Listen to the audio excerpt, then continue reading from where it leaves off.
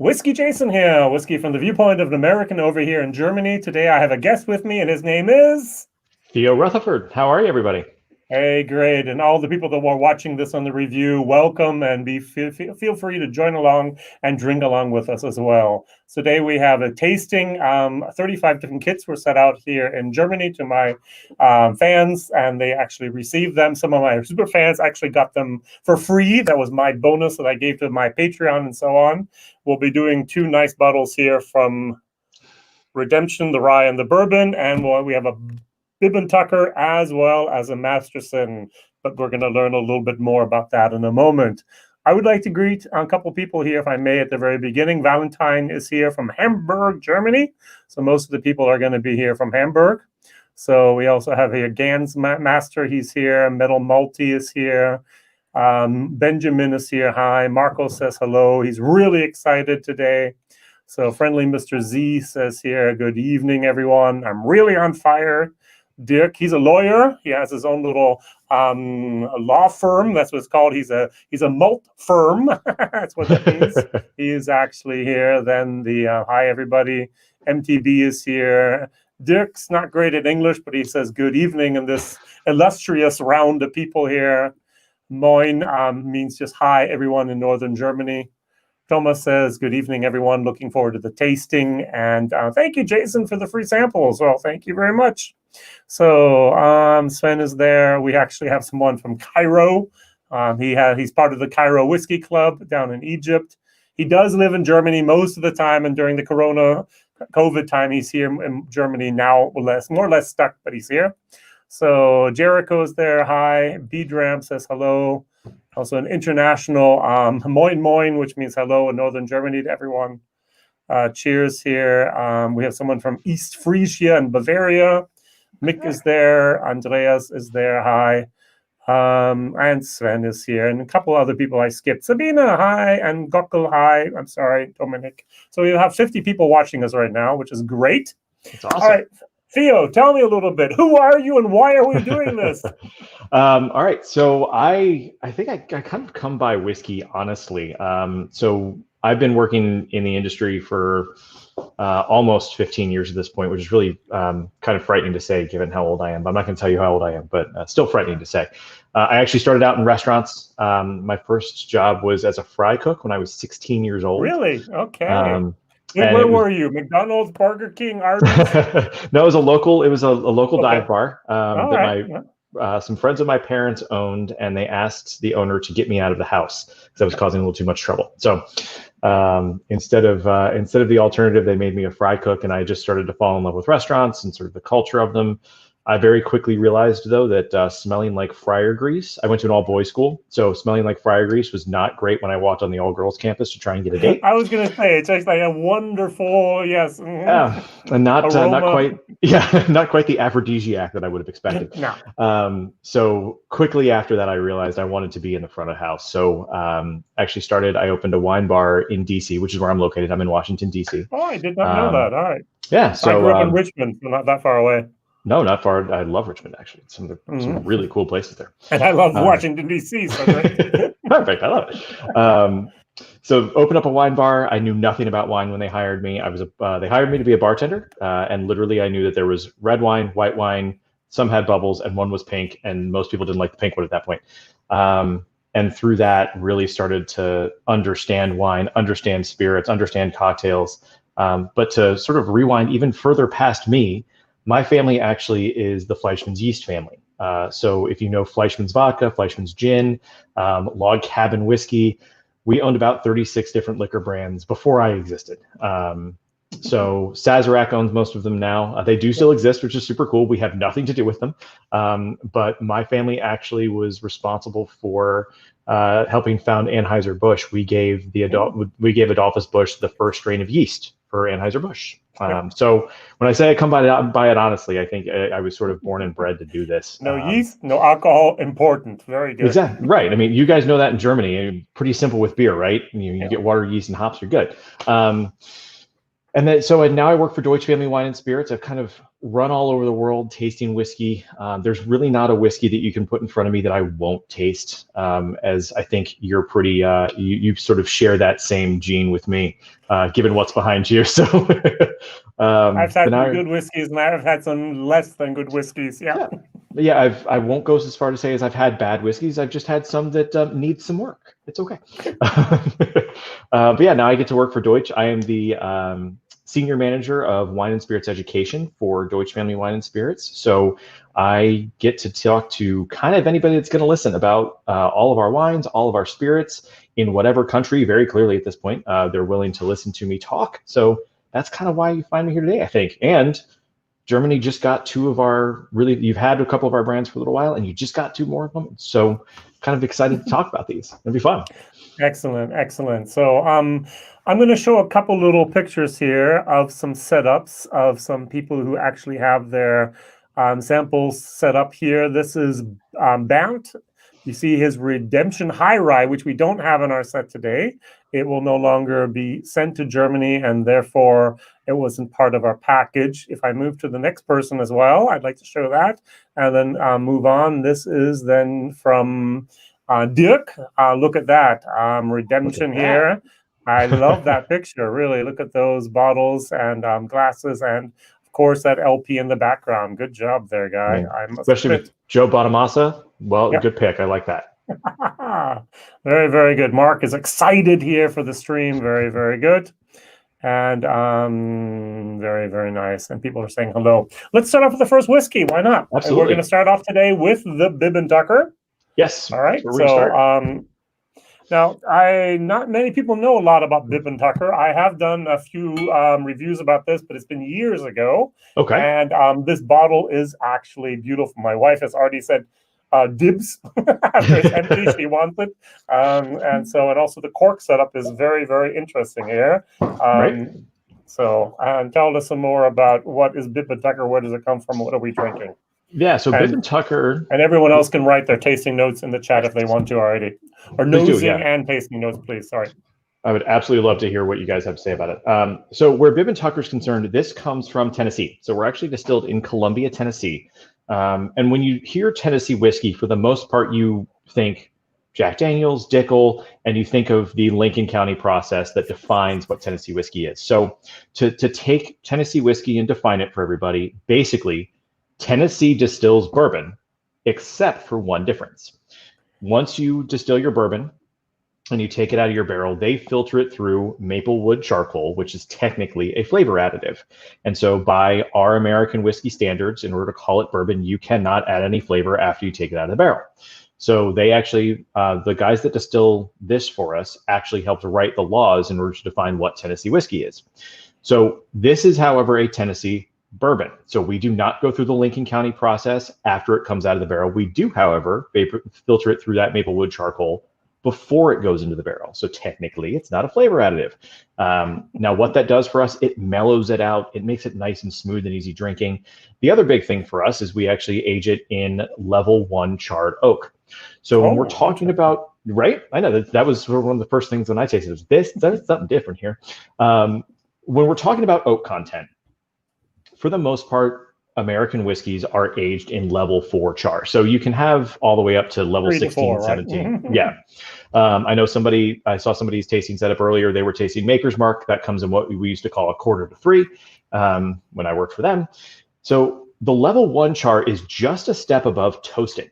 So you're still getting those caramels and vanillins, but you're not getting those really aggressive burnt wood tannins. And so when you taste this thing tastes like it's been sitting just chilling out for 15, 16 years. It is a 6-year-old product, so it does have some good age to it. You can actually see that on every bottle. It will say 6 years old. We are not going to take that off. We're not blending anything younger into it. We can't by law. So for us, it just is it's a super smooth, super easy drinking that's going to be very different from what we're about to taste, which is why I actually wanted to start with this. So this is a slightly higher rye content, about 24% rye, which is pretty equivalent actually to the high rye bourbon that I saw earlier in the picture. Yep. Bert's, hold on to that. That's a delicious bottle of whiskey too. Yeah, So it's savor that. my favorite of the three, actually. So I'm not going to choose my favorite child, but if I had to. So yeah, hold on to that one. Save that for special So this occasions. is actually 6 years old. Yep. It was produced. What is it called? Colombo. Where was it? In Columbia, Tennessee. So the distillery is actually Right, Tennessee Whiskey Distillers is who we are using. Excellent. So they distilled this 6 years ago, and they put it through that Lincoln County process. Only at the beginning and not at the end. Therefore, we still call it bourbon and not a Tennessee whiskey, which is a legal definition there. Very, very nice. Now, what does Bib and Tuck mean? Isn't that something important about Sunday morning? Pretty close, actually. So yeah, Bib and Tucker was a phrase that, especially in the American South, but very, in the frontier, your bibs and tuckers were your finest dress. So if you were going out either Sunday for church or to some sort of town gathering, you would put on your bib and tuckers. Now, they actually were the finest dress for women, not for men. So I did not know that either. Okay. Yeah. So bib, fairly self-explanatory. It is a bib. And they were long enough that you could tuck them so that they wouldn't come undone. So bib and tucker. And therefore, they would make for a more modest woman when she was going out in her finest attire. I don't think this is a modest whiskey. This is obviously a lovely whiskey and a very approachable one. But it was sort of that idea of getting dressed up and sort of celebrating with these whiskeys was the idea here. So. All right. I've had 2 people so far, 3 people actually writing mustard. Sweet mustard seed. Have you ever had that tasting note or that nosing note on your Bib and Tucker before? It might be a German thing. I was about to say it might be the amount of mustard that you guys are used to using. Used to eating. The caraway, though, I can sort of see how the caraway and mustard could definitely come in here. So just sort of backtracking that a little bit and sort of thinking through it, I can absolutely see where some of that comes from. Because we do have a sweet mustard here in Bavaria. And all right, maybe. After they said that, I was like, oh, yeah, I might actually be able to. I would never have picked that up myself. But good job, guys. I like that. Yeah. I mean, there are very few things that I'm going to say you won't taste in whiskey. And for me, it's because my palate's very different than everybody else's. And same thing with everybody else on this call. And it's not a good or bad thing, right? It's just, it is what it is. So there may be a couple things that every once in a while somebody might throw on there that'd be like, we might need to get you checked. But for the most part, we're not going to have too many that people are going to throw up. I'm really glad Thomas just put in the comment box, there is no glue in the nose. Exactly. I'm not sure entirely what that means, but I'm really happy to know that there's no glue in our nose. Over here in Germany, many people equivalent bourbons with that smell of. Remember when you did model cars as a child, maybe, and that super glue smell? That's what Germans always pick that up as the very first thing with bourbons. And congratulations, there was no super glue smell at the beginning here. That very, very volatile type of alcohol that relieves. That's what I never get that. And do you have that? I said no, and everyone, yeah, of course you do. It's like, no, I don't. It's a culture, really. Yeah. No acetone. I'm really glad to hear that.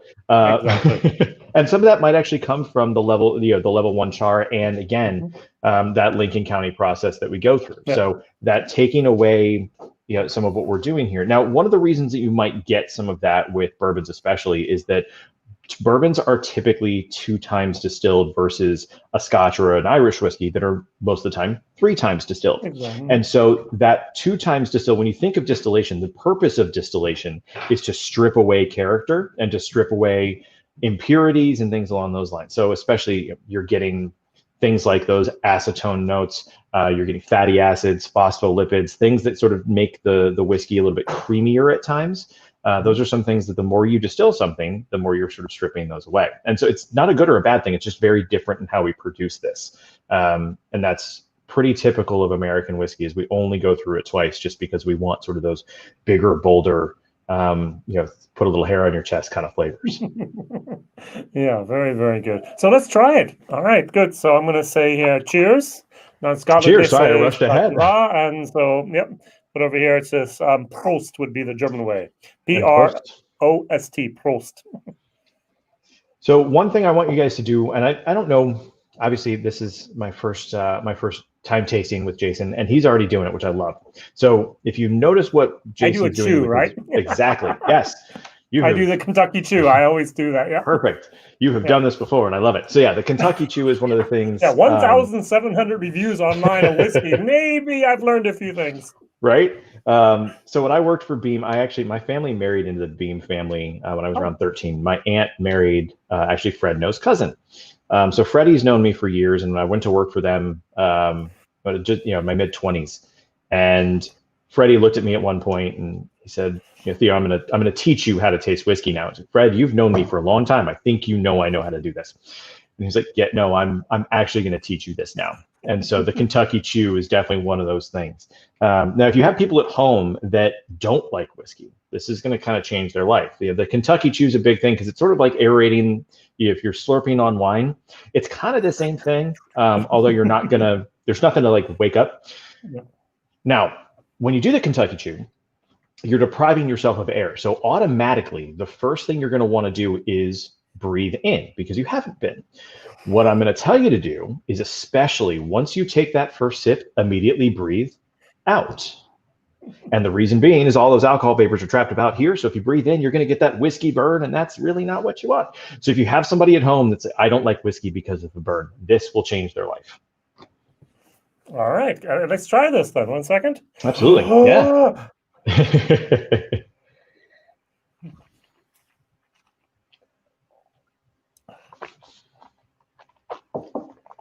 Okay. All right. Mm-hmm. Oh, I get more corn that way. Mm-hmm. I didn't get the corn the first time as much as I did that time. Interesting. It wakes up very different things. Yep. The caramel certainly very prevalent on this. Mm-hmm. Right in the front of my palate, I get a bunch of that caramel. And a lot of that, again, since we're only using level 1 char, you're getting more of those sort of caramels and vanillins like you would with a wine barrel, mm-hmm. versus those sort of burnt caramels and dark brown sugars and things like that you might get if we were using the level 4 char, which keep that in mind because once we move into redemption, we are using level 4 and it's going to be slightly different. The other thing that's the big difference between what we're tasting now and what we're about to start tasting is how we age these.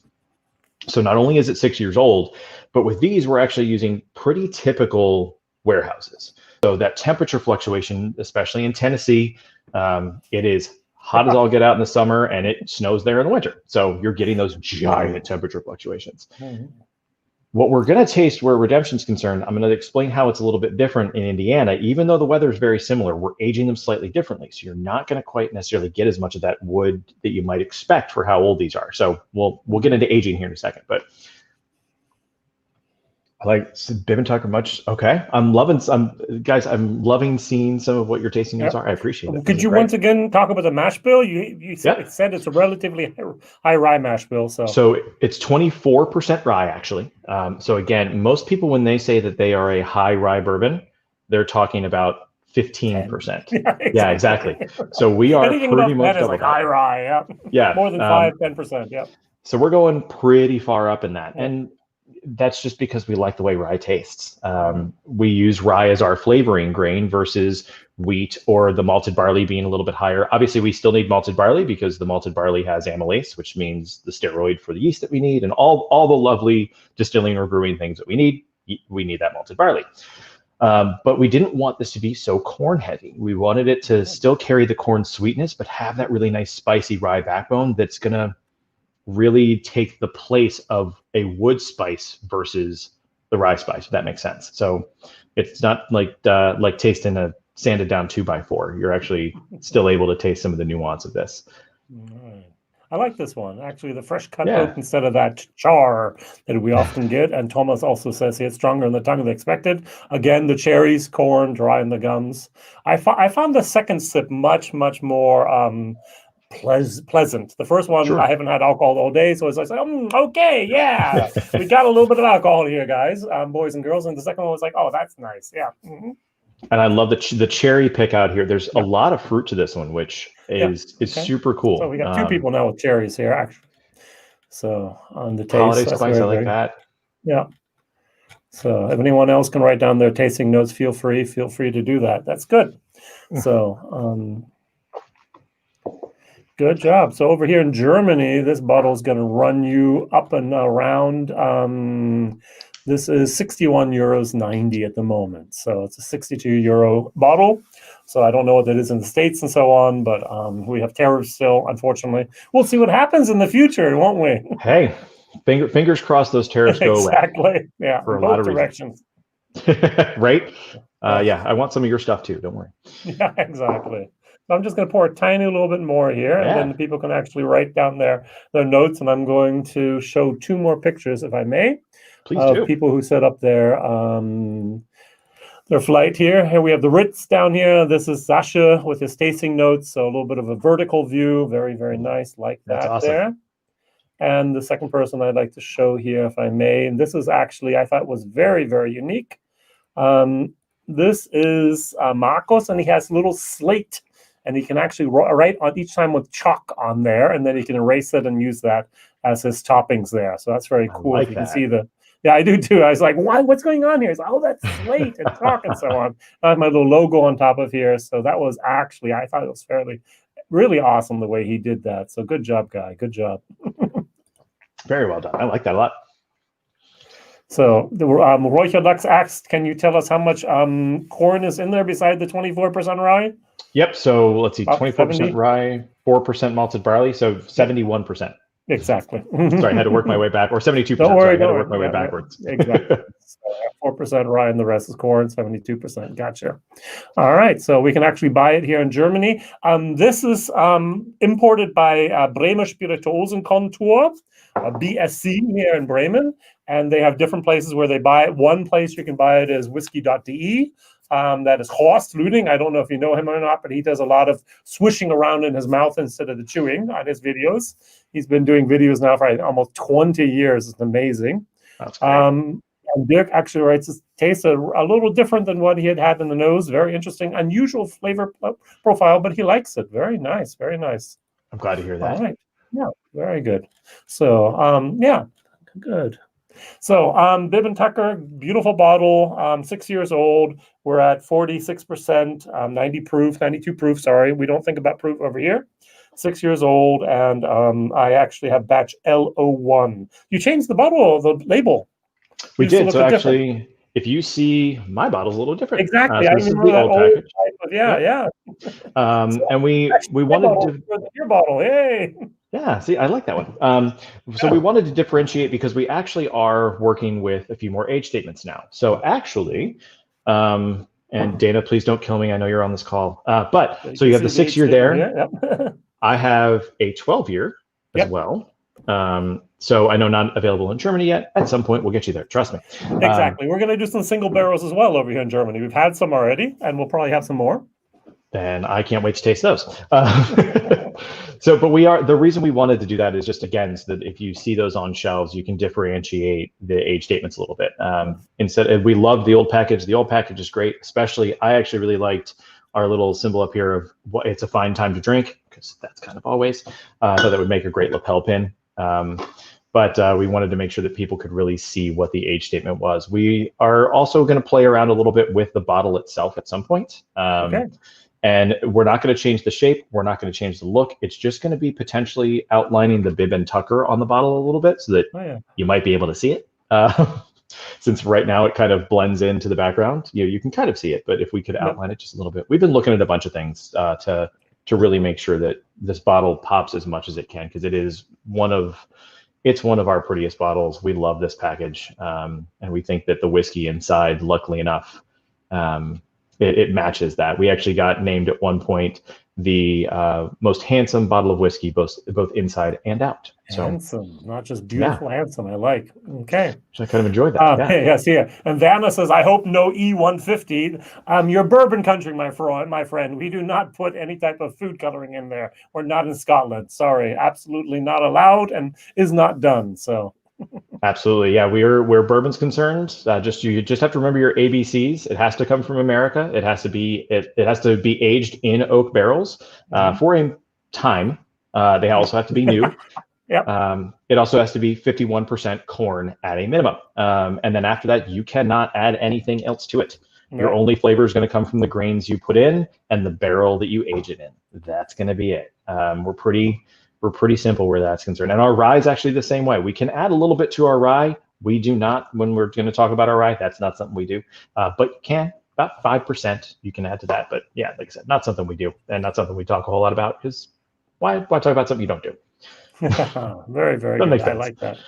Yeah, but over here we drink a lot more bourbon than we do. I'm sorry, a lot more Scotch than we do bourbon, and so most of the people are more familiar with the laws than they're from the SWA instead. All right, very, very good. Okay, fantastic. All right, should we move on, or do you want everything else to talk about with the Bib and Tucker here, or any questions?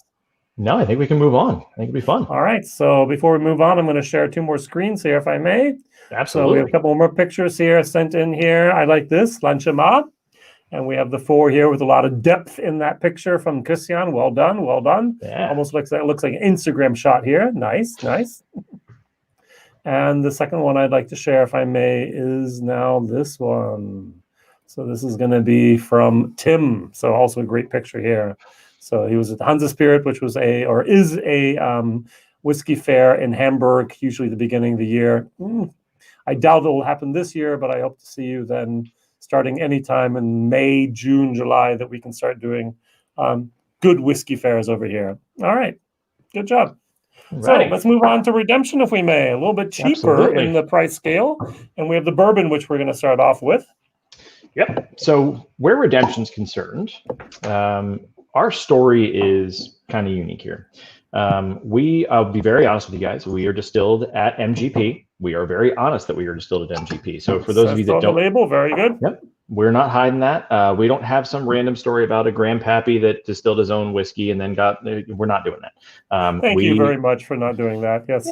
Hi. Right. And the reasoning behind that is MGP is one of the best whiskey distillers in the world. As a matter of fact, in 2015, they were named the best whiskey distillery in the world. So why try and hide that? So the whole story with Redemption actually comes from 2 things. So our founders, they both owned liquor brands before Redemption, and they both failed miserably. And so they were trying to sort of redeem themselves in that thought process.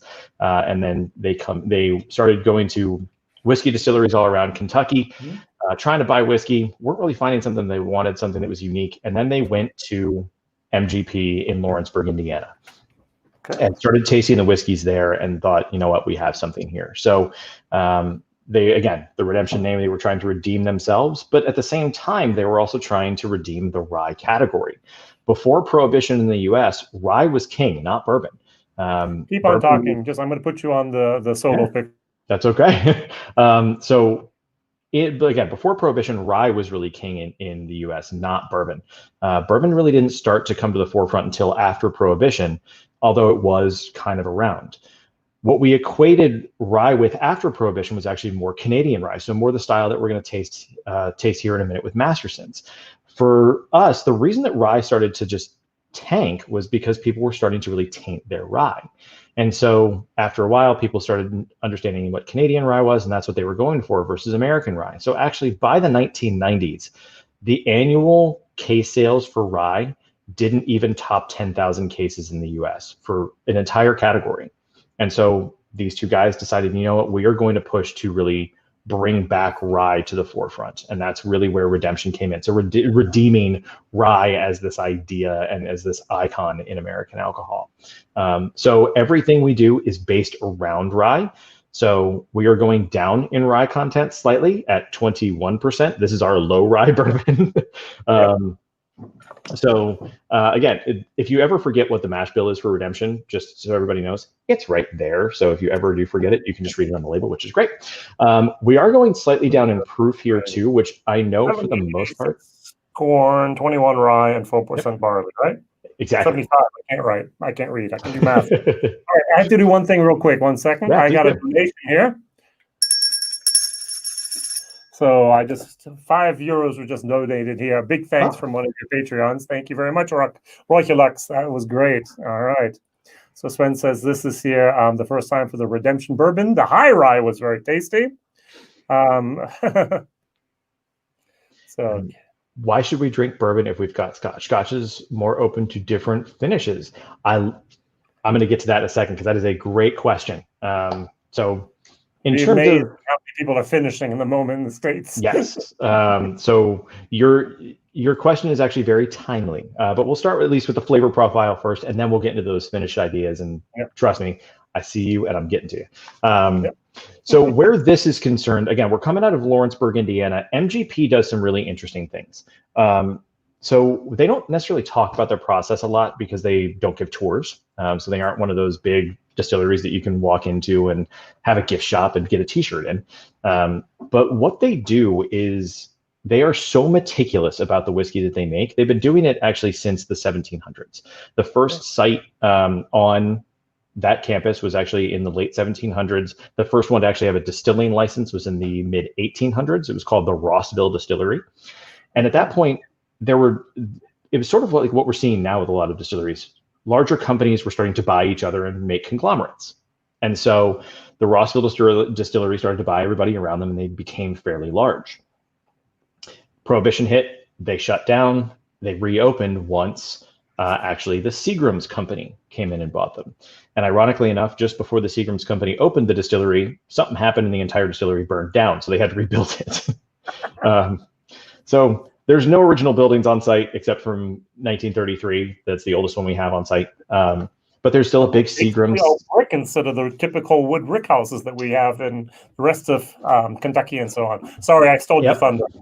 No, that's okay. That's perfect. So yes, when we're aging, we actually age in all brick. So instead of the wood warehouses that get those big temperature fluctuations, our warehouses are actually 3 feet of insulated brick.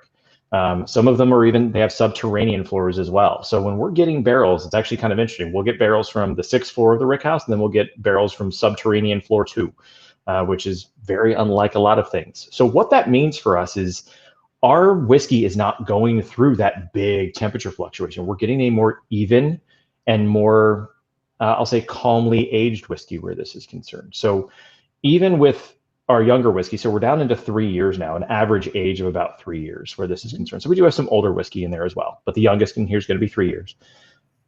You're not getting some of the more aggressive malty notes or some of those big characteristics that you might be used to when you taste younger whiskeys. This one's going to be a little bit softer because of that more mellow aging.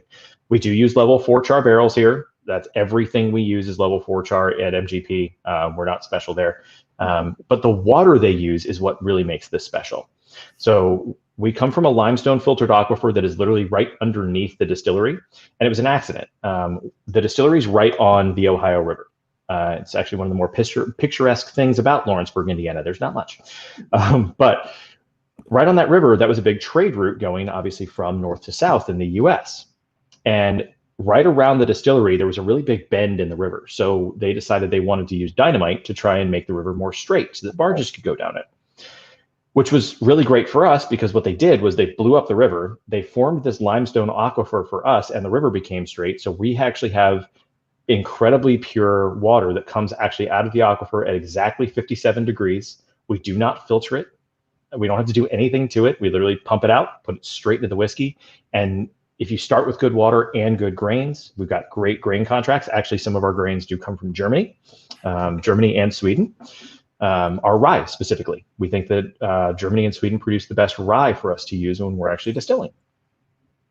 So you'll get a little bit more of that rye forward characteristic here because your rye grains are typically actually a little bit more firm and a little bit more boisterous where the flavors are concerned. And that's a great thing. We love that. So good grains, good water. Basically, our job is to make sure that we don't screw up the whiskey after that. Excellent. All right, very good. So I'm just going to try to share here one real quick. Yeah. Just so we have a little bit of a map and a little bit of an idea what we're talking about here. So I like doing this every once in a while. So if we take a look here, we have Cincinnati. So down here we have Kentucky, and then if we go over here, we can zoom in here. We have this nice little place called Lawrenceburg. Yeah. And then if we go across the river, we're in Kentucky. Yes. Yeah, so it's actually that close here. So that little line just right around that there. And so many people don't know that. That's when we do talk about MGP, you could actually almost throw a rock and hit Kentucky from there. And so that's always something I think is nice. All right, good. Sorry. No, you're good. When you try to fly to MGP, you actually fly into Northern Kentucky Cincinnati Airport. So you're in Ohio, then you drive through Kentucky, and then you're finally in Indiana. So very strange little thing that goes on there. But yeah, Lawrenceburg, it is really centered around MGP. There are 110 full-time employees at MGP. They distill 24 hours a day, 7 days a week, 356 days a year. They close very little for cleaning. The only two things they distill at MGP, they distill whiskey and they distill gin. They do have a sister plant in Atchison, Kansas that also does vodka. And they do actually, if you've ever had things like tofurkey or sort of meatless meat products, they actually produce a lot of those as well. Okay, did not know that. Interesting. Kind of random. But that doesn't happen in Indiana. All right, so we have a question I'm going to show after I talk about this here. It says Redemption Palate, a traditional bourbon, burnt caramel, vanilla, some nutmeg. To be honest, I like the bourbon Bib and Tucker better. I like this better, to be honest, but that's just me. It might be the 42 compared to the 46%. And here our Gaines Master asked the question, are there any peated bourbons? He's really new to bourbon. He comes from Scotch, so that's what he loves. There are a few. There are not that many, but there are maybe 2 handfuls that I could actually point out to. Have you had any peated bourbons ever? I've had a couple, and I'm not necessarily going to say that they figured it out yet. They're trying, but by law we can use peated malt. We just need the malted barley, and there are 2 ways to stop the malting process, which is either heat or smoke. Or your brimstone, and you put it through the liquid afterwards. So right. Which we're not doing. You can peat other things. You can peat corn, you can peat your rye, you can kind of do anything you want to. The only big thing with bourbon, again, it has to be 51% corn. So after that, you can kind of do anything. I've seen whiskeys that have spelt, that have quinoa, that have all sorts of different flavoring grains, oat, which I won't really recommend. Oat's really not that great. You didn't make Oat Rage from Corsair? I've had that, and I've had a couple other ones that just didn't. They felt a little flat. The mid palate on oat whiskey is really interesting. It just kind of goes away. But I think for me, when you're using all of those other cereal grains, a lot of what you're paying attention to is what happens in your mid palate versus the front or the back. The front, for me, is always going to have that caramel or brown sugar, or in the Bib and Tucker's case, a little bit more of the sweetness that came through there. The back is always going to be where the tannin comes in. And so it's what happens in the middle that really makes things unique. And so for a wheated whiskey, it's going to be a lot lighter and sweeter. So the way that I described the two, and because I know somebody was using Maker's Mark again as their why am I blanking on the word? I know control whiskey, but that's all right. Thank you. So, control whiskey, their baseline, whatever you want to say. Look, that's actually Valentine did that up in Hamburg. So you can see that picture there. And it's not a bad thing. Being able to compare those two things, the big difference between wheat and rye is wheat is sweet and rye is dry. So if you think of, in beer terms, you think of a wheat beer versus an IPA. That's kind of what we're talking about here. Is the wheat beers are typically a little bit sweeter, which is why you use a lemon or an orange to get that acid in there. IPAs typically a little bit drier and more astringent. That's really what we're talking about and what those flavor profiles are. So it's all in how you balance those. And for me, the balance really comes in, and that corn is going to balance that out a little bit. The malted barley, you don't taste a whole lot of that. But we like wheat too. We actually do produce a wheat whiskey too.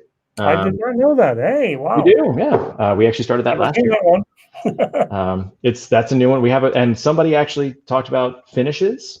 So we'll taste the whiskey first, and then I'll get into finishes. How about that?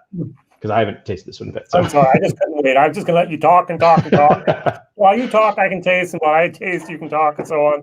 Don't worry. You push play on me, and I can talk for a while. So. No, I'll interrupt you if I need to.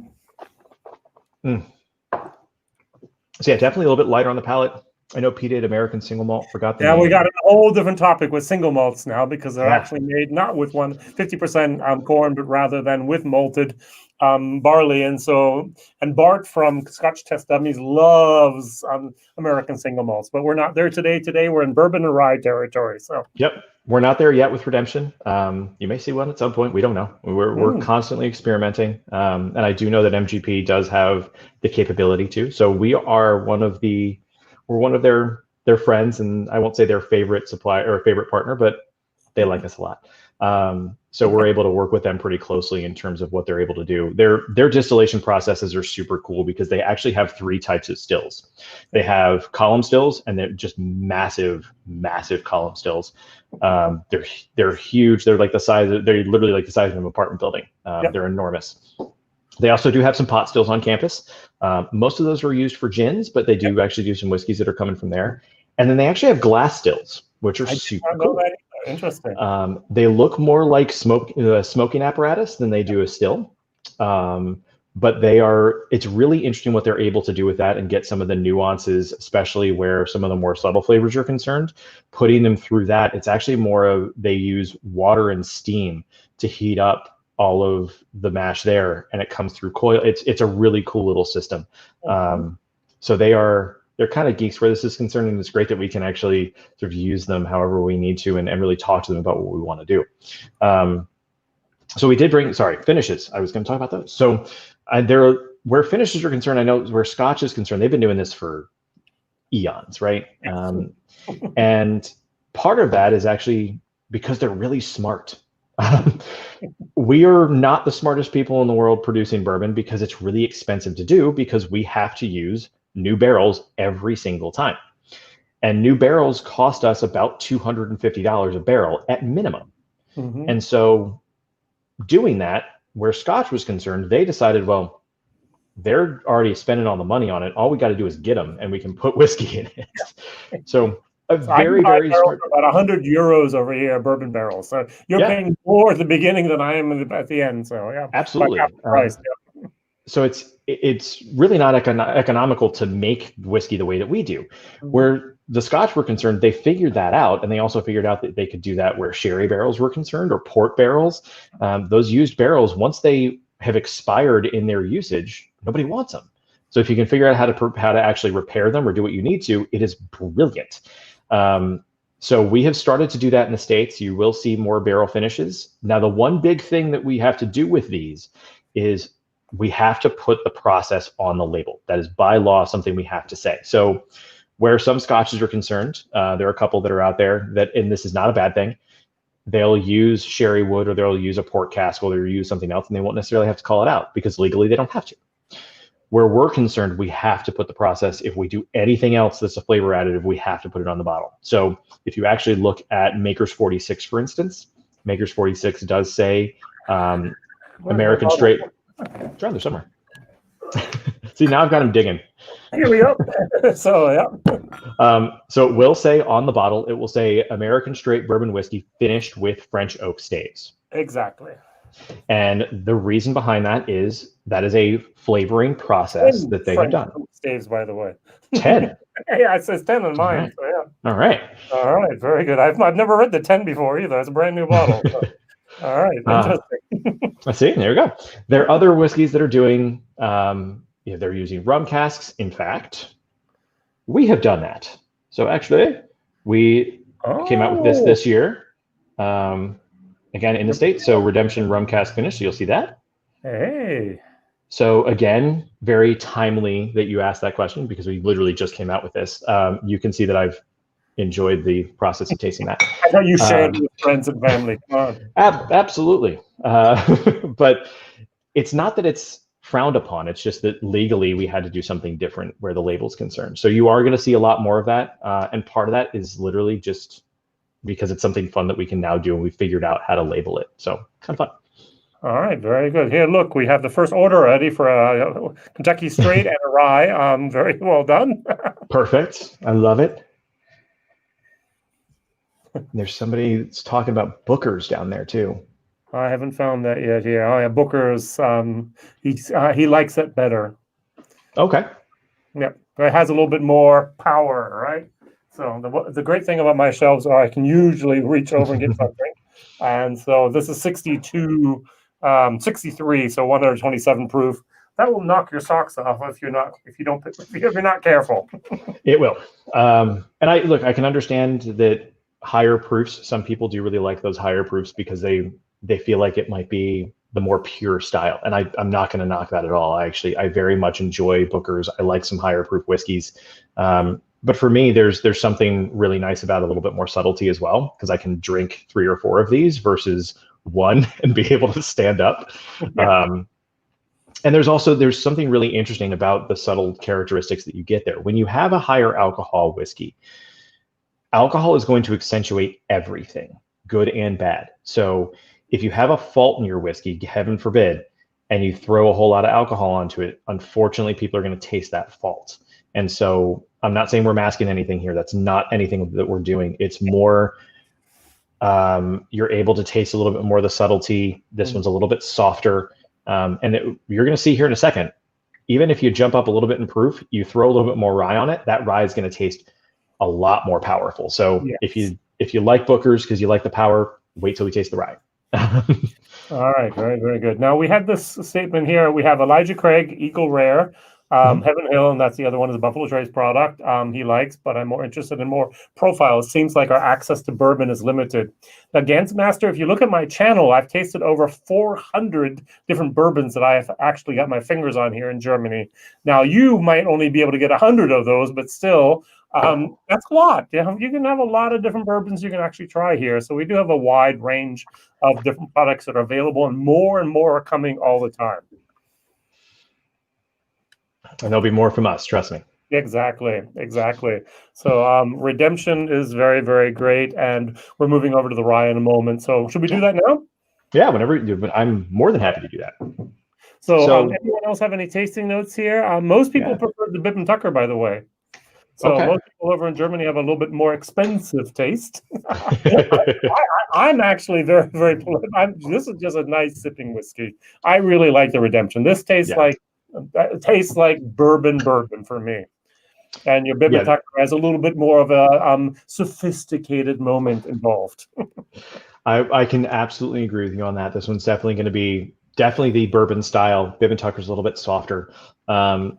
So highly agree with that. Now, if people are throwing water or ice or things like that, where can I buy the Redemption rum cask? It's only in the US right now.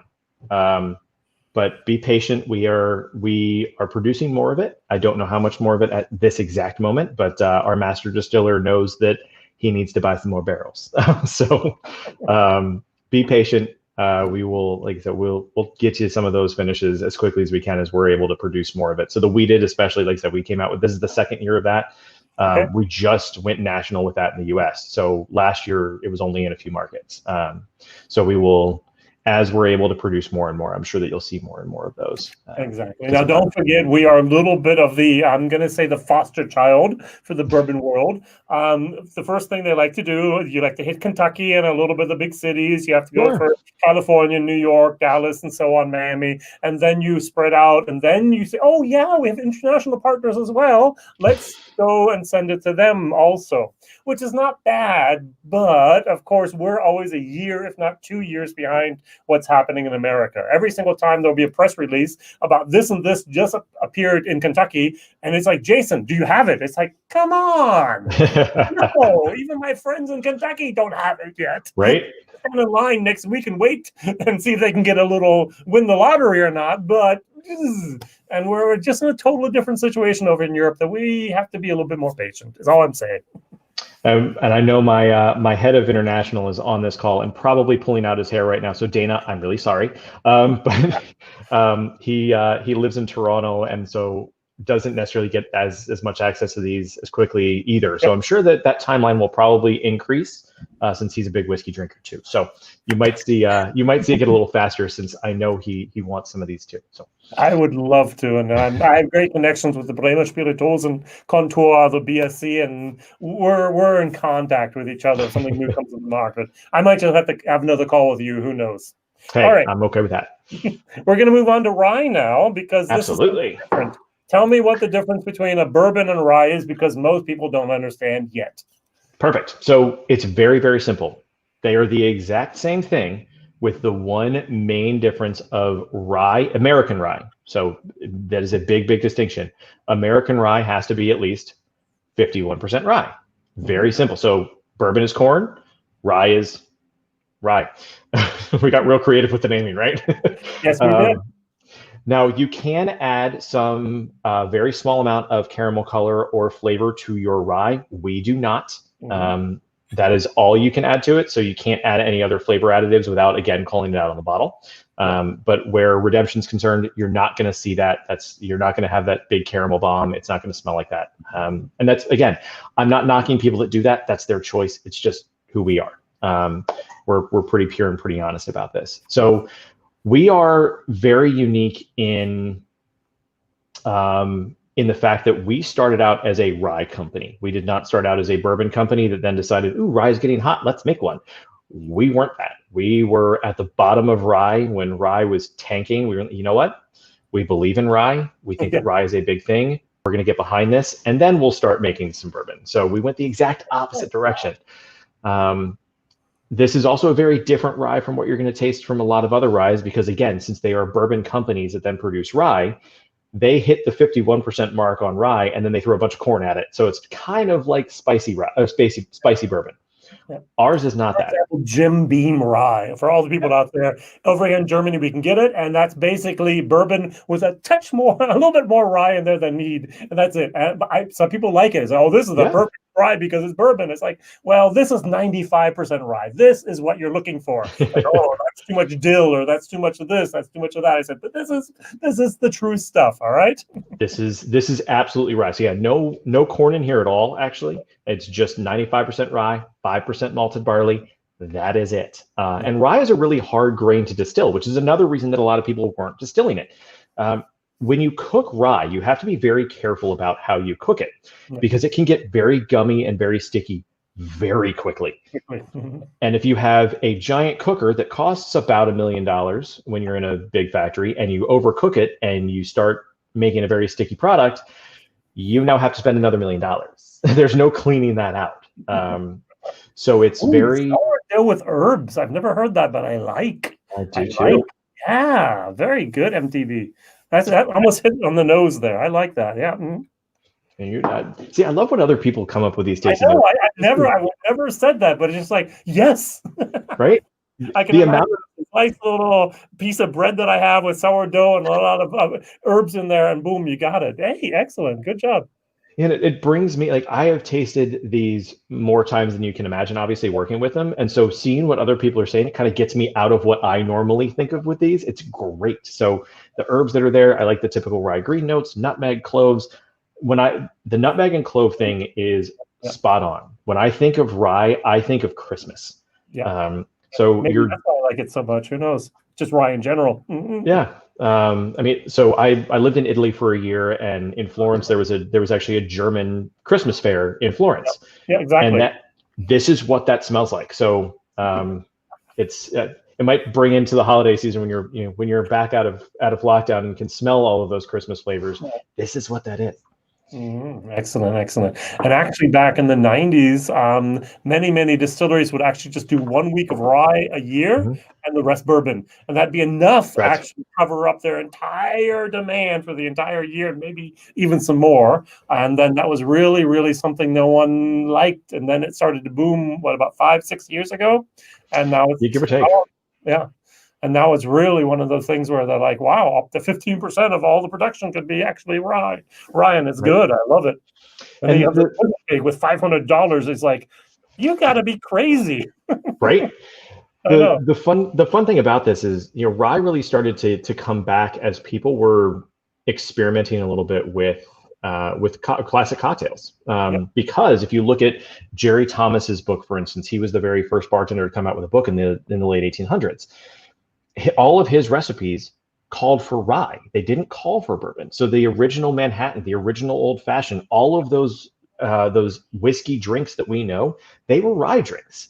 And so when you started seeing speakeasies open and cocktail-based bars really start to come in, rye started to blow up because they wanted to go back to those classic flavors. And for me, I love bourbon. Don't get me wrong. It's pretty much in my veins at this point. But for me, rye stands up in a cocktail a lot more. So if you like your old fashions with a lot of bitters in it, whether Angostura, Peychaud's, whatever other bitters you're using, rye is going to carry a little bit more of that whiskey flavor through, which is why I think a lot of bartenders are gravitating more towards it now, is that you can throw a lot more things at rye and it's still going to stand up and be there. Whereas a softer style bourbon, you got to be a little careful with it. And it's not a bad thing. It's just different, and then they just taste very, very different. There was a question. Ingredients there. I mean, come on. Yeah. The rye is a much of a more stronger aroma and taste rather than the corn there. Yeah. Right? I did see there was a question in there. Is Redemption produced at MGP? It is. So yes. Actually, if you take the Redemption Bourbon, the Redemption High Rye Bourbon, and the Redemption Rye, those are 3 of the 5 mash bills that made up actually Seagram's 5. Which is why Seagram's became famous for, and how that distillery became famous. So we took 3 of those different whiskeys that were blended in, and we parceled them out and made our own, which is kind of the fun part. And actually, again, circling it back to my family, Seagram's that was our distillery for a while. Okay, wow. Our stuff. So it was kind of cool to go there for the first time. Like, oh, I'm kind of home. This is wonderful. But yes, we are produced at MGP. Okay, and over here in Germany, the rye as well as the bourbon both go for €39.90 is the normal price over here, so about €40. There was another person actually that mentioned, I got to admit, the nose reminds me of Bullet Rye. There's a reason. They're the same thing. Bullet gets their rye from MGP. They have it's the exact same mash bill. They just do some things afterwards that we don't. We actually age at MGP, so the same thing we do with our bourbon. They take it and they age it at Stitzel Weller, just outside of Louisville, Kentucky, which is a little bit hotter, a little bit different. Mm-hmm. So it's all in what you do once you get the whiskey. Again, I said this earlier.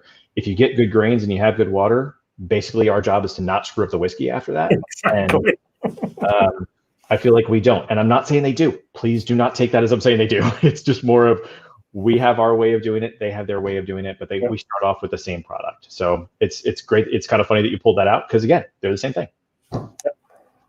Exactly. It is a 0.7 liter. I don't think I've ever seen what German distillers like to do is they like to put their bottles at 0.5 liters. And so they basically have the same price for what you pay for a Scotch, but they only have a 0.5. And this is 0.7. So all the bourbons here are 0.7. That's exactly right. Thank you very much for asking. It's one of the nice tricks. Yeah, I'll have to ask my distiller about that and see why we're doing some of that. He'll know a little better than I do. No, but it's the people in Germany that are distillers put that in 0.5 liters, not the exports coming over here to Germany. Gotcha. Okay. No, we have the same problem as we have 750 in America. We have 700 over here in milliliters in Germany. That's one of the big problems. You have to have new bottles and so on, but that's not what they're talking about. Gotcha. So before we finish out with this one and get into Masters, I do actually have a question for you, if that's okay. Go for it. So you're talking about distillers in Germany. Are there whiskey distillers in Germany that I should be looking out for? Yeah, the problem is they haven't really started exporting yet. Sleers is one of the very few that have started to export to Europe, SLYRS. You can buy it in France. You can buy it from La Maison de Whisky. They have that in their program. St. Kilian is the next distiller that started up 4 years ago. They're going to be next year or the year after that, also in France and England, and maybe then make their way over to Asia. I don't see America being one of their top 10 countries they're going to go to at the beginning, but we'll see about that. And there's a few other distilleries that are up and coming, but the problem is the same thing you have with the craft distillers in the States. Usually you have more demand for your product in your own state, let alone national or international. The same thing is happening in the moment with the German whiskey. So, well, that just means when I come over for the Whiskey Fest to sit with you, then I'm going to need to bring some bottles home. Exactly. I'll introduce you to every single person you need to know at the fairs. Perfect. I love it. Love. Yeah. So like I said, there's really not a single whiskey that somebody can put in front of me that I will not at least be willing to taste. And if it's great, then it usually ends up on my shelf. My shelf looks a lot like yours. I've got about 400 different bottles of whiskey that, about the same. About 350 back there, yeah. Yeah. So there's also a rye from Germany called Stork, STORRK, and they actually won the rye best rye of the world last year, 2019. So yeah. Okay. And then they were sold out for a year. I'm gonna definitely have to check those out. Exactly. Sorry, I'm writing those down so I can start to look through that. Here's one statement: Germans can do a lot, but whiskey is not one of them. So he's, as I said, he's a single malt Scotch guy, and so I would say Germany's learning how to do Scotch or a single malt and whiskey, and it takes a little while, maybe a generation. Let's say that, right? There you go. I love that. And look, you try and you try, and Edison said that it took him. He didn't fail 1,000 times to make a light bulb. He just actually figured out finally how to make the incandescent light bulb. 1,000 ways not how to do it. Exactly. Exactly. So he didn't fail. It's just how not to. So yeah, you might be not failing at those. You're just figuring out what's going to work. Yeah, exactly. So there's also some place called Elsburn. Okay. They used to be called Glen Els, but they lost the fight to the SWA. And then there's another place called, which is for the English tongue, absolutely impossible, Sauerländer Edelbrennerei.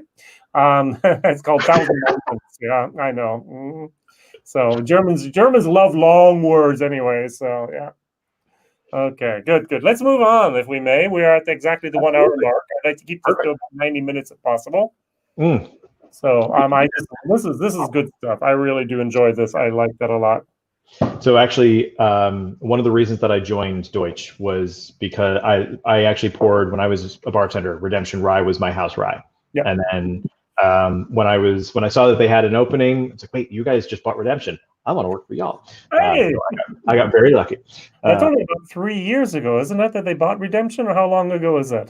About 5, and I started 4 years ago. So. Okay. I started when it was still the old package, which is the old package is not as pretty as the new one. I have a bottle somewhere, but it's it wasn't great. It was what looked like an old wine bottle that the top was super thin, and whenever you accidentally hit another bottle on top of it in your well, the entire bottle blew up. It was not fun. And it didn't fit in your normal shelving unit either. It was a little bit too tall. It had to be on the very, very top shelf. Yeah. So we like this one better. All right.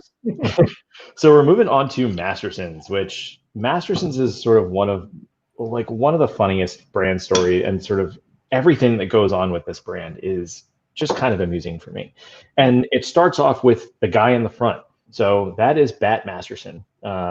He is one of the craziest people in terms of Americana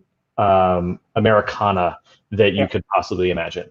He actually started off, he was actually Canadian born, which is why we actually have a Canadian whiskey in his honor. So I'll explain a little bit about where that comes from and everything else in a minute. But he was Canadian born and then moved actually into the Plains when he was 12 with his family.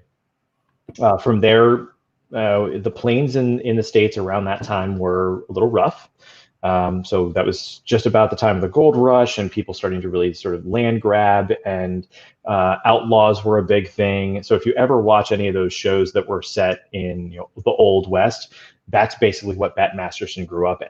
So he was everything from a bank robber. That's how he started. Then he became a cop. And then he realized that he could make more money being a bank robber, so became a bank robber again.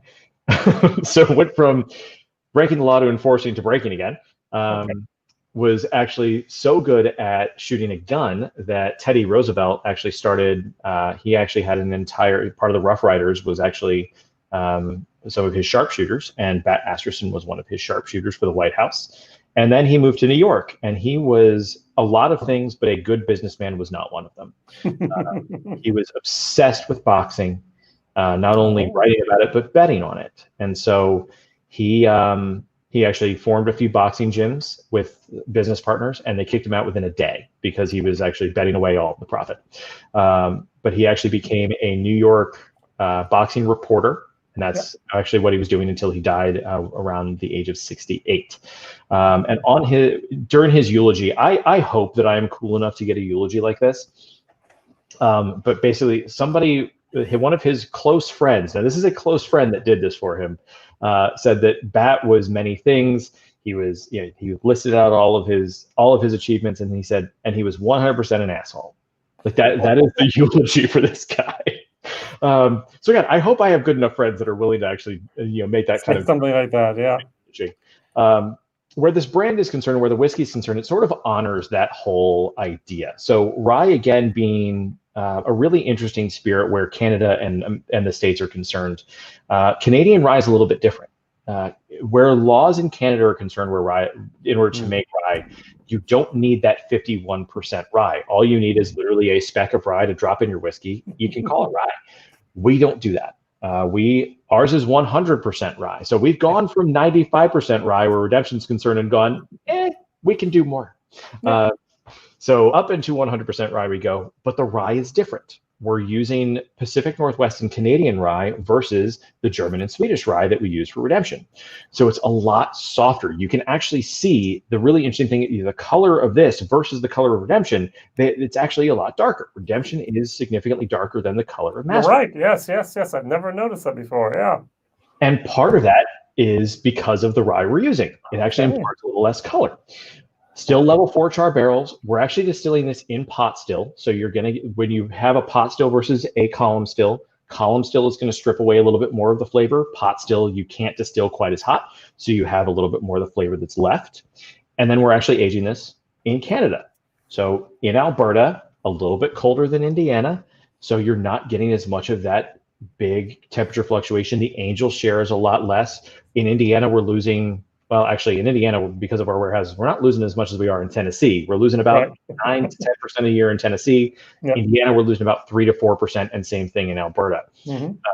But you're not getting that color from the barrel. So the rye is able to sit a little bit, and the softer flavors from the Canadian rye is really able to just sort of mellow. So the 10-year whiskey here versus the minimum 3-year whiskey with redemption, they're going to taste vastly different, which is kind of the fun thing here. This is admittedly my partner. She is a big whiskey drinker. I'm very lucky where that's concerned. But I can't keep Bib and Tucker in the house because she will drink that like water. And I can't keep Mastersons in the house because I drink that like water. So it's kind of amusing that we pull those two. And then if those two things are gone, then Redemption High Rye is looking at us very eyes. All right, I'd like to show 2 more pictures at the end, if I may. Here we have Sven with his little setup here. We can see that he has a couple Lafroigs and other bottles down below there. But here you have his nice little bottles. And last but not least, the picture that I also received that I want to share is this one. And there we go. So we actually see us here with a nice little picture, and we have we sent in a little cardboard box, and he put those 4 glasses on top of that. So very, very good, Thomas. Thank you for sharing that with us. All right. That was when I had more tame hair than what is currently underneath here with the COVID cut. So hence the cowboy hat is not decorative. It's actually to make sure that you guys didn't think I was, living on the street somewhere. All right, very, very good. So we had some black pepper, almost no sweet notes, more typical, not the typical Christmas spices, more black tea moment. Sure. So Peter says here, hey, Peter, wow, he's over there, I think, in Canada, actually. Is Peter Canada or California? I forgot, sorry. He says batches 1, 3, 5 are all excellent. Batch 15 was somewhat mediocre. I have batch 16. And the PSA3 is maybe the best rye Masterson has put out. What is PSA3? Could you help me? I can't help you on that one. All right, Peter, help me. I have no idea what's. And I know a lot about this brand, so that's a new acronym that I've seen for that one. Right. So this is actually very ironic, Peter, because I just cracked my bottle, ironically enough, of 15. So I've got. But this does have an age statement on it. It's a 10-year-old. It says so on it. And it's at the, I just forgot, was it 71? So we're at 74 euros 90 over here. So, all right, that's our price. So this is the most expensive whiskey we have of the evening. And I do love the bottle as well. Very, very beautifully designed bottle here, also with the writing on it and so on. You have a timestamp down at the bottom, which I think is very, very nice, which many distilleries in Scotland also use, which I don't see all the time on my bourbons, but that's great. Peter's over there in Ontario. Very good. Nice. I got that right with Canada. Good job. Now, the funny thing where you were talking earlier about finishes, Masterson's has done a few of those in the past as well. So actually, I have a bottle of the Hungarian oak that's here. So we do a lot of barrel finishes with this. We do a French oak. We've done Hungarian oak. We've done virgin oak. Yeah. I actually tried all of them. Yeah. They actually made their way over once. There was a special release and they were gone. I will freely say that French oak and American oak were delicious. Hungarian oak gives some really weird things to whiskey. I liked that the best, actually. It was a little funky, but it was, I liked it. Yeah. It's got an umami characteristic that a lot of other whiskeys. Maybe that's why I like it. I kind of equate it to if you've ever had Mizunara cask from Japanese love whiskeys. it. Love them. That bit of Sandalwood, umami character, yeah, it's very, very different. And that again, it's an umami thing that is I think Hungarian oak is a little bit of a sweeter umami than the Mizunara cask, which is a little bit more of sort of the truffle and mushroom umami. But it's a really interesting finish that comes in there and takes that rye and just augments it in a very strange way. That's super cool. It's just not anything that I had ever had of like, this is new. It was a little bit, it was different, definitely different. I liked that different. It went off in the left field. It was like, oh, this is a little bit my wheelhouse. All right, yeah. So I liked what Sven wrote here. Oh, I think I'll buy all 4 bottles of the evening. I mean, Sven, I'm going to be really disappointed with you if you don't. No, I appreciate it. That's great. All right. Oh, Masterson, 100% wheat and 100% barley, all Canadian sourced. All right, very, very good. Well, so funny you should mention that because there's the wheated. Okay, versus the rye. You can almost kind of see through it, which is very, very unique for wheat. And you mentioned the barley, and I actually showed this to Jason earlier because I literally just picked this up yesterday. I was at a Bib and Tucker, and I needed some for this, and a store had this on dusty on the back shelf. So that's the one with the barley. Very good. Yeah, funny you should mention that. So Valentine says here, wow, for the Masterson, so rich in flavor. It reminds me of a lot of homemade iced tea without loads of sugar, dry, dark oak notes. Love this one. I do love this as well. It's not the typical in-your-face rye. It's a little bit more of a civilized, sophisticated rye. And the 10 years does make a difference. So I like that. Yeah. And Valentine, I love that idea of that homemade tea sort of, the homemade iced tea. That's, when you have tea that steeps just for a while, whether it's sun tea or anything along those lines, the tea does have a tannin quality to it. But the longer it sits, that really nice homemade style, the tannins are softer versus something that's a little bit more aggressive. I really, really like that idea. Well done. All right, we're talking about a special type of Haribo, which are these gummy bear type of things. Yeah. And it's a Primavera, which is a soft, foamy sugar core with a sweet candied strawberry coating. We're talking about strawberry here. Which is very interesting because there's a German manufacturer, Rye. They were actually distillers. I was talking about them before. And they brought out the first rye, and I hated it because it didn't taste like rye. It wasn't a bad whiskey, but it was like, this is not rye. This is terrible. And I did a blind tasting with 30 people, and then we found out that it tastes like strawberries, which a rye normally doesn't do for me. No. And so they're calling this also strawberries, which is interesting. This is the second time people have said a little bit of strawberries here. So I don't know if Germans equate rye with like a strawberry moment. Hey, I am not gonna say no to that. Okay, very, very good. So the PSA 3 American Oak was 2017 Whiskey of the Year in Canada. So the Hungarian Oak is PSA 4. I didn't look at the bottom. Thank you. I did not see. Look, Peter knows more than I do, much more than I do. Yeah. Look at that. Well done. All right. Oh, Valentine will have to compare the the Bib and Tucker to the new Riff Bourbon and the Masterson here to the new Riff Rye and decide which to buy next. All right. Difficult decision. Do that. Yeah. They've done some really cool stuff. The great thing about American whiskey right now is we are sort of at this really cool renaissance that there's so many that are coming out that you kind of can't taste all of them, which, trust me, I've tried. I'm still trying. I'm at 1,700. And I live here, and I have access to a lot of it. DC is the Wild West, where you can kind of get anything here we want, and it's still almost impossible to do this. But it's a lot of fun to see what each person's doing that's different and how they're really how they're treating whiskey very differently. So I love that you're comparing those. I'm not going to say that I hope that Bib and Tucker comes out on top or Masterson's does, but I kind of do. And since I'm the person importing New Riff at the moment into Germany, I hope New Riff kind of wins, but who knows? I mean, or one of both, buy one of the rye. Exactly. Right. Maybe the rye from New Riff, and maybe then the Bib and Tucker. Who knows? Yeah, I'll take both. That's great. Exactly. Well, we can take what we can get. That's exactly right. All right, excellent. Any other tasting notes here on the Masterson, because it is more different than the traditional 95 MGP, which we have with Redemption. And obviously, if there are any questions on what we're doing with any of them, I'd love to answer any of that. These are kind of my babies. So anything you have on those, I'd love to answer them. All right. Very, very nice. So we'll see what comes in the next moment. So these are the products you actually import into Germany. There are other products that you also have in the Deutsch family, but these are the ryes and the bourbons which we wanted to do today. Redemption is actually then, let's say this is more of the standard, if I would like to say this, and the Master is more of the little bit the premium. You can also look at the bottle design and so on. You can see that. And I would also say the same thing here for the normal.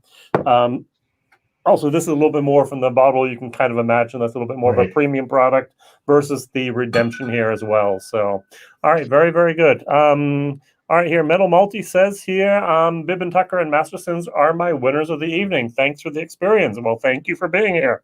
Absolutely. That's great. And Masterson is very earthy, one of my favorites. Good. I like that, Peter. Okay, thank you. I like that earthy thing too. Yep. So if there's any more last questions, we'll take those and then we'll kind of land. And Theo, you want to come over to Germany the next time possible if any big fairs happen? So. The second that I can leave DC, not that I don't love my hometown and not that I do not love my partner, as you saw her walking up the stairs every once in a while, but I'm pretty sure she and my dog are both ready for me to get back on the road. So the second I can get into Germany and do this with you guys, I would absolutely love to do it. All right, that was really amazing, good stuff. And this is said by someone who has stuck very hard to Scotch whiskey up to this point. Many thanks to you and Jason for the sample set. Really great. Okay, that's very, awesome. Very good. And Sabina says her new favorite of the evening is Masterson. Good job, Sabina. Fantastic. All right, very, very good. Now, here was a question. My favorite rye in the world is unfortunately this. That's okay. It's great rye. This is my favorite. This is not produced at the same place. Could you tell the difference between what's going on in Ontario and what's going on at your distillery? So where Alberta is concerned, we use, again, 100% pot stills. So a little bit different than what Lot 40 is doing. For me, the main differences between Masterson's and Lot 40 is Lot 40 has a little bit more of the sweetness to it that you might kind of come to expect from Canadian whiskey. So especially if you compare it to, and this is not a bad word, it's just more of what most people know, but a Crown Royal is on the sweeter side because of the way that they distill and the grains that they're using. Same, a little bit similar with the Lot 40. So you're getting something that's a little bit softer where the palate's concerned. And I love Lot 40. I think it's great whiskey. Don't get me wrong. It's just where this is concerned, the rye is really the forefront here. And that pot still, because we can't distill as hot as a column still, the pot still itself is going to leave some of the, I don't want to say impurities, but some of the interesting flavors that you might be able to distill out with a column still. So we're getting a little bit more, you might be getting a little bit more of a sort of a palate coating piece here. Some of that's a little bit of fatty acid that's left in. There's some really interesting caramel notes that are left in because of the distillation process. So it's again, they're just different. It's not that it's good or bad. They're just slightly different. And trust me, I've consumed a lot of Lot 40 in my day, and I very much enjoyed it. I actually was in Lot 40 the last time I was in Canada. So all right, so Alberta is up here. Windsor, where Lot 40 is made, is down here. It's exactly 3,000 kilometers, by the way, 30-hour drive. That's one of the main differences as well, to be very honest. Right. A little bit of a short drive. Yeah. So of course you've tried the Alberta Premium Cask Strength, I hope. I kind of helped launch that. So yeah. Very, very good. All right. Excellent. So could you please write down the winner of the evening for everyone here? So Dominic says it's the Bib and Tucker. I like. So so Sven says even though his English is a little bit limited, it was a great evening. All the best for all of us. So let's see here. Tim needs Masterson. That's very, very nice. Okay. So bourbon is a baby in Germany, and rye bourbon is way more a baby in Germany. That's why I don't know if it's rye bourbon, but it's rye whiskey, exactly. So bourbon is very, very under underdeveloped the market here, to be honest. Yes, we have Jack. Yes, we have Jim. Sure. That's what you do as you go to college, and no, we're not talking about that. We're talking about real whiskeys. And but those so, are they're good to understand what the category is, though. I mean, exactly. obviously. But usually people in Germany said, yeah, I did it as a college student. I'm never going to touch bourbon again. And then I come with something like a Booker's or maybe even a Jack Daniel single barrel cask strength and go, try this. And they're like, that's not bourbon. I said, yes, it is. It's like, I like bourbon. It's sort of like what we do here with tequila. You know, we do it with Jose Cuervo, and then all of a sudden we actually taste a good tequila and go, oh, this is what this is. Oh, yeah, same thing. I get it. Look, Bib and Tucker again, a Redemption Rye here. Very good. Okay. Yeah, the favorite was Redemption Rye. So basically between the Redemption Rye and the Bib and Tucker and also then the Masterson. Good job. All right. So I enjoyed it thoroughly, Theo. Thank you very much for your time.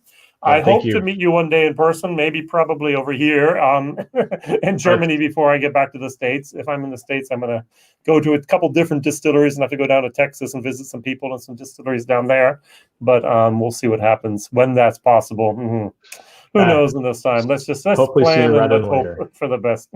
Yeah. Exactly. Sooner rather than later. And look, if you come here, I'm happy to meet you wherever you are, but you can definitely be guaranteed that I will, I'll get over there, and hopefully some of the folks that are on here, when we run around and have some fun, we can meet some of them as well. Cause I'd love to talk with you with pretty much anybody. So. All right. Very good. So it was so much fun to experience these fantastic whiskeys with you and to listen to Theo's explanations. Thank you.